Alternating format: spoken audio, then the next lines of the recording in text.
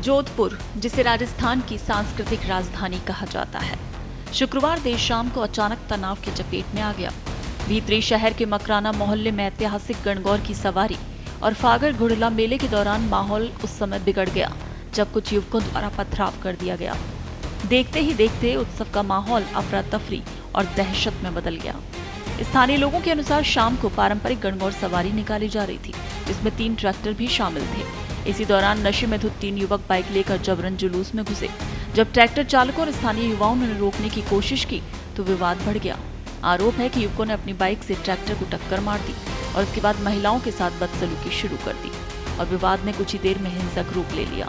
दोनों पक्षों के बीच कहासुनी के बाद अचानक पथराव शुरू हो गया, जिससे मौके पर भगदड़ मच गई। उपद्रवियों ने एक ऑटो का शीशा तोड़ दिया, कई अन्य वाहनों में भी तोड़फोड़ की। इस दौरान इलाके में तनाव का माहौल गहरा गया और भीड़ में नारेबाजी भी होने लगी। स्थानीय पार्षद रहवासियों ने आरोप लगाया कि पास की एक अवैध इमारत की छत से सुनियोजित तरीके से पत्थरबाजी की गई। साथ ही इलाके में चल रहे अवैध टैक्सी स्टैंड को भी विवाद की एक वजह बताया जा रहा है, जिसे हटाने की मांग तेज हो गई है। सुनिए क्या कुछ कहा। बढ़ावनी का मेला चलता है और बढ़ावनी के मेले के अंदर जो गवर की पूजन होती है, इतने दिन उसकी बढ़ावनी की जाती है। तो ऐसे में यहाँ से भी ईसर गवर की ट्रैक्टर के ऊपर प्रतिमाएं जा रही थी और उनके साथ जो महिलाएं जिन्होंने ईसर गवर की पूजन किया इतने दिन वो उनके साथ जा रही थी।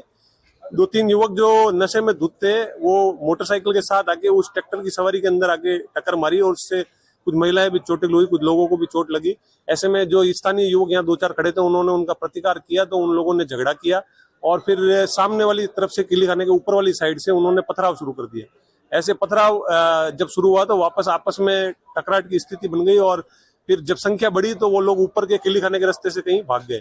ऐसे में जनाक्रोश बढ़ा, लोग यहाँ इकट्ठे हो गए। पुलिस प्रशासन आया, पुलिस प्रशासन ने ऐसा जानकारी दी है कि 3 लोगों को गिरफ्तार किया है और यहाँ पे जो अवैध टैक्सी स्टैंड है उसको हटाने की बातचीत भी लोगों ने की है, जिसकी वजह से अक्सर माहौल खराब रहता है।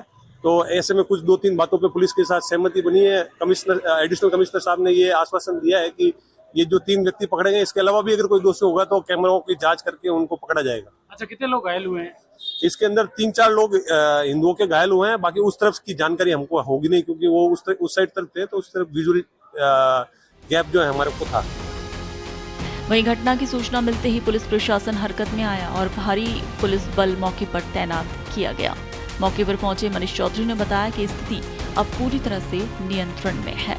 उन्होंने कहा, गणगौर यात्रा पर पथराव की सूचना मिलते ही तुरंत पुलिस बल तैनात कर दिया गया था। साथ ही पुलिस ने कुछ संदिग्धों को हिरासत में भी लिया है, उनसे पूछताछ जारी है। इस घटना ने एक बार फिर त्योहारों के दौरान सुरक्षा व्यवस्था पर सवाल खड़े कर दिए। वहीं शहर में शांति और सौहार्द बनाए रखने की अपील की जा रही है।